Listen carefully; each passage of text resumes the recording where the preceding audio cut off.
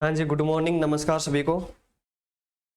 Sign education पे आप सभी का स्वागत है। तो आज हमारी डेट हो गई 2 नवंबर और हम देखने वाले हैं आज के कुछ महत्वपूर्ण क्वेश्चन। तो देखिए, हमारा पहला क्वेश्चन है, हाल ही में अंतर्राष्ट्रीय सौर गठबंधन सभा का छठा सत्र कहाँ शुरू हुआ?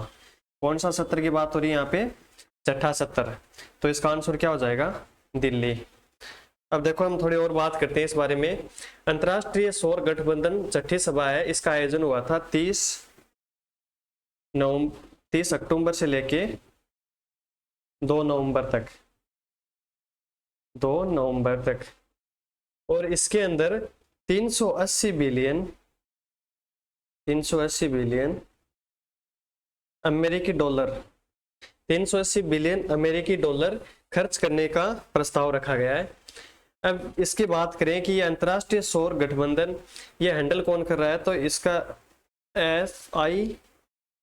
ISA यानी इंटरनेशनल सोलर अलायंस, इसकी स्थापना कब हुई थी? स्थापना हुई थी 2015 में। कब हुई थी? 2015 में। और हेडक्वार्टर मुख्यालय कहाँ पे है? गुरुग्राम में। गुरुग्राम कहाँ पे है? हरियाणा के अंदर। और इसका अध्यक्ष कौन है? भारत है, यानी भारत इसकी अध्यक्षता कर रहा है। तो देखो, एक बार हम फिर देखते हैं कि अंतर्राष्ट्रीय सौर गठबंधन सभा जिसका छठा सत्र अभी कंप्लीट हुआ है, ये 30 अक्टूबर से लेके 2 नवंबर तक चला है। इसके अंदर 380 बिलियन अमेरिकी डॉलर खर्च करने का जो प्रस्ताव रखा गया है, और ये ISA यानी इंटरनेशनल सोलर अलायंस ये इसको हैंडल कर रहा है। और इसकी स्थापना कब हुई थी? 2015 में। गुरुग्राम इसका हेडक्वार्टर है और अध्यक्षता कौन कर रहा है? भारत कर रहा है। ठीक है, नेक्स्ट क्वेश्चन देखो। नेक्स्ट क्वेश्चन है, wild life photographer of the year पुरस्कार किसे प्राप्त हुआ? तो किसे प्राप्त हुआ? विहान तल्या को। किसको प्राप्त हुआ? विहान तल्या। इसके बारे में थोड़ा हम डिटेल देखते हैं।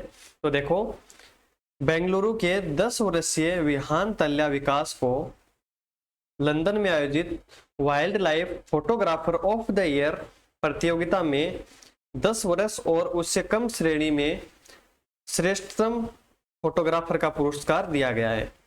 नाम याद रह जाएगा, विहान तल्या विकास। और ये कहां से बिलोंग करते हैं? बेंगलुरु से।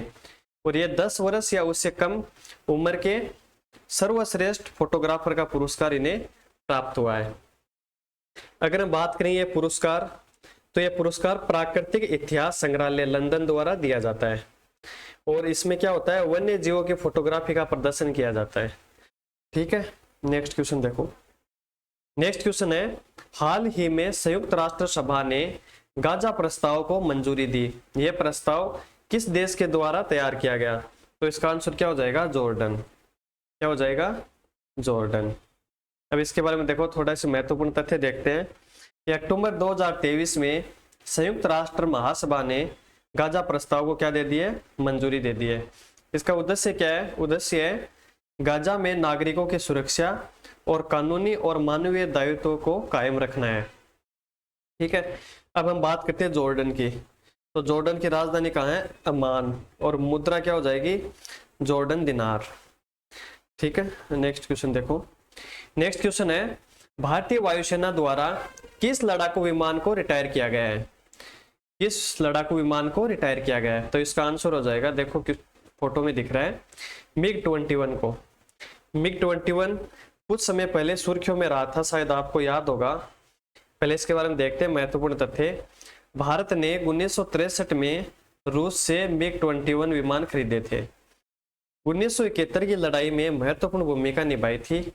बाइसन की जगह अब LCA मार्क फर्स्ट ए के 2 स्क्वाड्रन को शामिल किया है, यानी इसको रिटायर कर दिया MiG-21 को, और इसकी जगह LCA मार्क 1A 2 स्क्वाड्रन जो लड़ाकू विमान है उनको शामिल किया है।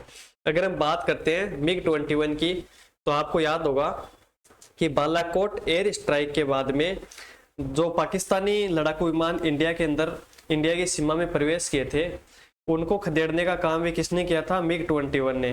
वो स्टोरी याद है ना, अभिमन्यु वाली? तो वही ये MiG-21 विमान है। ठीक है, नेक्स्ट क्वेश्चन देखो।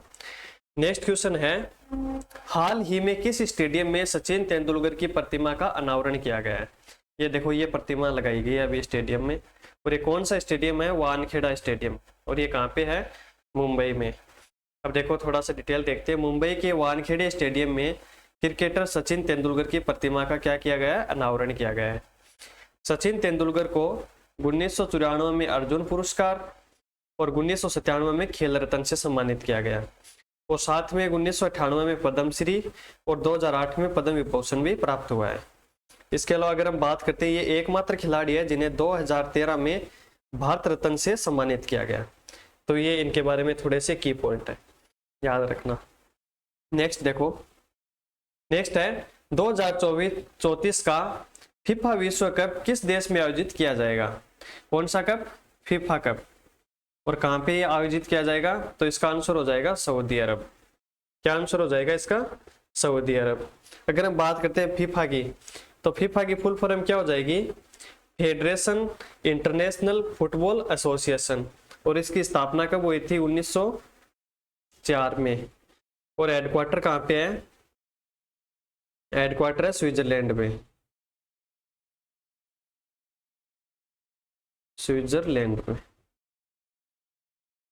ठीक है, याद रह जाएगा। नेक्स्ट क्वेश्चन देखो, नेक्स्ट क्वेश्चन है कैलिस कोका नामक कोकीन के लिए एक नया टीका किस देश ने विकसित किया है?